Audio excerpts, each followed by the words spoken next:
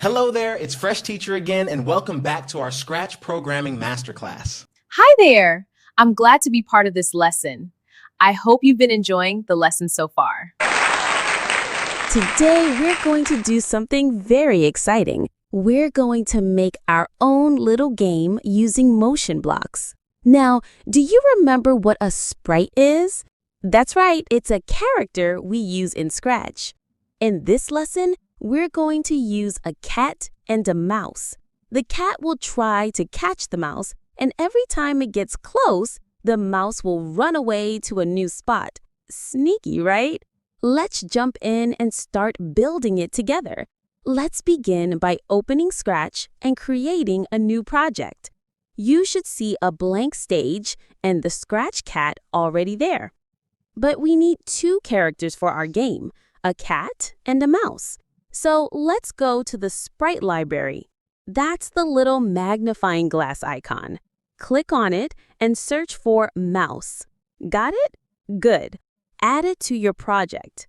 If you want, you can even upload your own images. But for now, let's stick with the ones from the library. Once you have your sprites on the stage, click on the cat sprite to start coding it. Now, we want the game to begin when we click the green flag. So let's go to the Events category.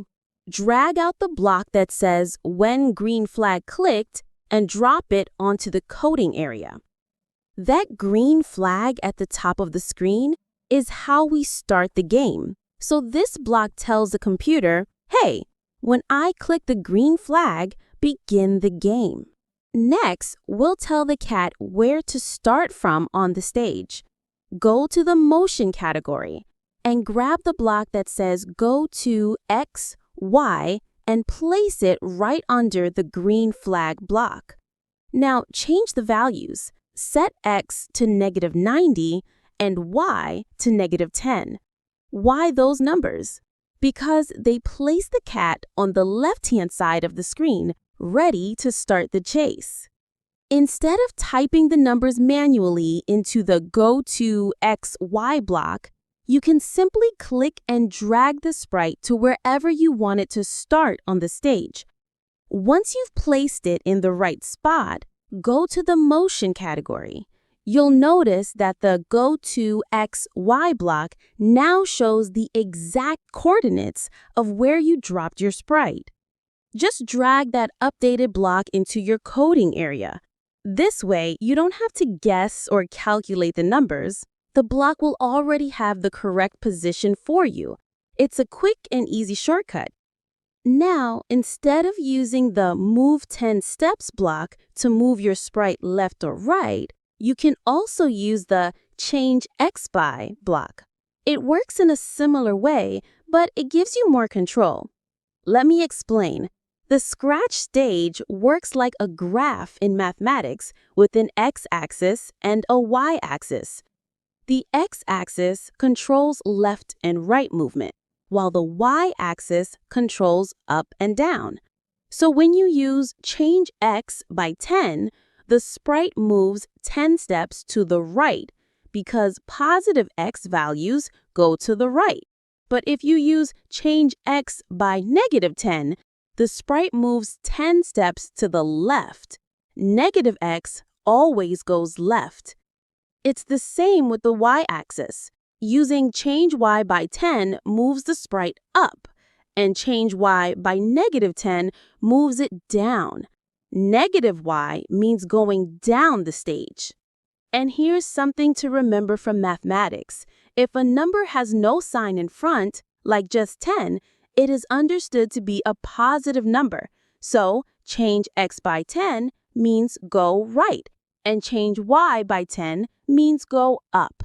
Using positive numbers moves the sprite up or right, while negative numbers move it down or left. Simple as that. Next, we want the cat to move when we press the arrow keys. Let's begin with the right arrow. Go back to the Events category and drag the block that says When Key Pressed from the drop-down, choose Right Arrow.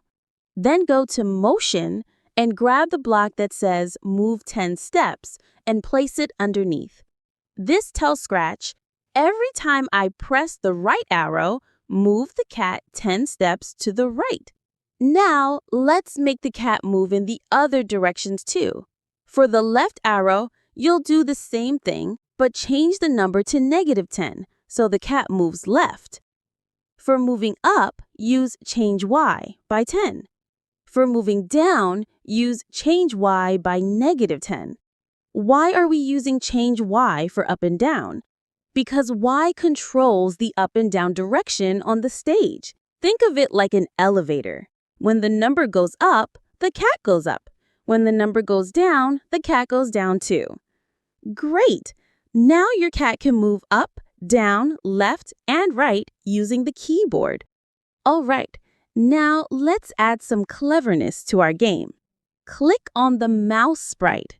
This time, we want the mouse to always check if the cat is getting close. And if the cat touches the mouse, zip, the mouse should run away to a new place. Sneaky, right? Click on the mouse sprite to start coding it. Begin again with when green flag clicked, just like we did with the cat. That tells the mouse to start doing its job when the game begins. Then go to the control category and drag out the forever block. Place it just under the green flag block. Why forever? Because we want the mouse to keep checking again and again every moment to see if the cat is touching it.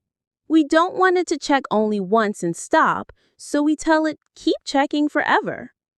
Inside the forever block, we'll place an if-then block also from control. This is like saying, if something happens, then do this. What's that something?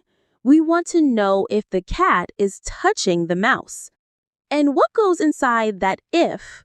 We need a condition that says, if the mouse is touching the cat. So go to the sensing section and drag in the block that says touching sprite now and place it inside the diamond-shaped space in the if-then block. Make sure it's set to check if the mouse is touching the cat. Now, what should the mouse do if the cat touches it? Run away, of course. Now, inside the if block, go back to motion and drag the go to random position block. Put that in there. So now, what does the mouse do? Every time the game is running, it checks. Am I touching the cat? If yes, whoosh, it disappears and reappears somewhere else. Very clever, isn't it? And that's it. You've just made a simple but fun little chase game in Scratch. Now go ahead and click the green flag at the top of the screen to try it out. Use your arrow keys to move the cat. When it touches the mouse, watch what happens. The mouse runs off to a new position. That's the magic of coding. You've just built your very first chase game in Scratch. You've used motion blocks, events, sensing blocks, and control blocks all working together to create something fun. How cool is that? You've learned how to use motion blocks to move sprites, event blocks to start your game, and sensing blocks to make your game characters interact with each other. You also learned how to make something happen again and again using a forever loop. Well done, everyone. You've done an amazing job today. And next time, we'll add even more features to make our game even better. I can't wait to show you even more in our next lesson.